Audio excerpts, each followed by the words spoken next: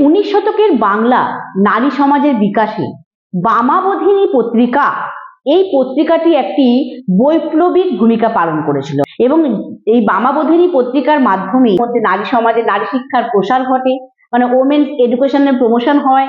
তার সঙ্গে সঙ্গে কুসংস্কার দূরীকরণ হয়, সুপারস্টিশন সেটা এলিমিনেট হয়। এই বামাবোধিনী পত্রিকার মাধ্যমে মেয়েদের মধ্যে রাজনৈতিক এবং সামাজিক সচেতনতা বৃদ্ধি হয়। তাই এই পত্রিকার ভূমিকা কিন্তু যথেষ্ট ছিল। এই পত্রিকা প্রকাশিত হয় 1863 খ্রিস্টাব্দে। এর সম্পাদক ছিলেন বিশিষ্ট ব্রাহ্ম নেতা এবং তখনকার আমাদের যে সিটি কলেজ, তো সেই সিটি কলেজের অধ্যক্ষ বা প্রিন্সিপাল তখনকার সময় ছিলেন তিনি হলেন উমেশচন্দ্র দত্ত। আর এই যে বামাবোধিনী নামটা থেকে তোমরা বুঝতে পারবে, বামা মানে হচ্ছে নারী বা মহিলা এবং বোধিনী মানে হচ্ছে নারীদের মধ্যে বোধ তৈরি হওয়া, বোধ বা জাগরণ। তাই পত্রিকার নামের মধ্যে দিয়ে কিন্তু তাদের উদ্দেশ্য ভালোভাবে প্রকাশিত হয় যে নারী সমাজের বিকাশটাই ছিল এই বামাবোধিনী পত্রিকার মূল উদ্দেশ্য। এই বামাবোধিনী পত্রিকা তখনকার সময় মূল লক্ষ্য ছিল নারীরা, ওমেন্সদের শিক্ষিত করে তোলা, এডুকেটেড করে তোলা।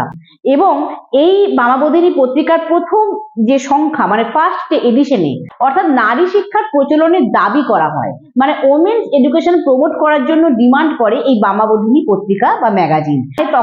এই যে পত্রিকাতে রীতিমতো ধর্ম, ন্যায়শাস্ত্র, বিজ্ঞান, ইতিহাস ইত্যাদি বিষয় লেখা হতো। তার মাধ্যমে কি হয়, মেয়েদের মধ্যে কুসংস্কার দূর হয়, সুপারস্টিশন অনেকটা এলিমিনেট হয় এবং অজ্ঞতার অন্ধকার থেকে বেরিয়ে আসে। এই বামাবোধিনী পত্রিকা মেয়েদের অধিকার প্রতিষ্ঠার কথা বলে এবং মেয়েদের মধ্যে রাজনৈতিক এবং সামাজিকভাবে তাদেরকে সচেতন করে এবং তার মাধ্যমে মেয়েরা নিজেদের সমাজে নিজেদের স্থান তৈরি করা, তার জন্য তারা উৎসাহিত হয়ে ওঠে। এই পত্রিকা সামাজিক কুপ্রথার বিরোধিতা করে। সামাজিক কুপ্রথা, তখনকার সময় বিভিন্ন সোশ্যাল এভিলস বা সামাজিক কুপ্রথা, যেমন বাল্য বিবাহ, চাইল্ড ম্যারেজ, তারপর হচ্ছে বহু বিবাহ, পলিগ্যামি, এসবের বিরুদ্ধে কিন্তু তীব্র বিরোধিতা করে, স্ট্রং অবজেকশন করে।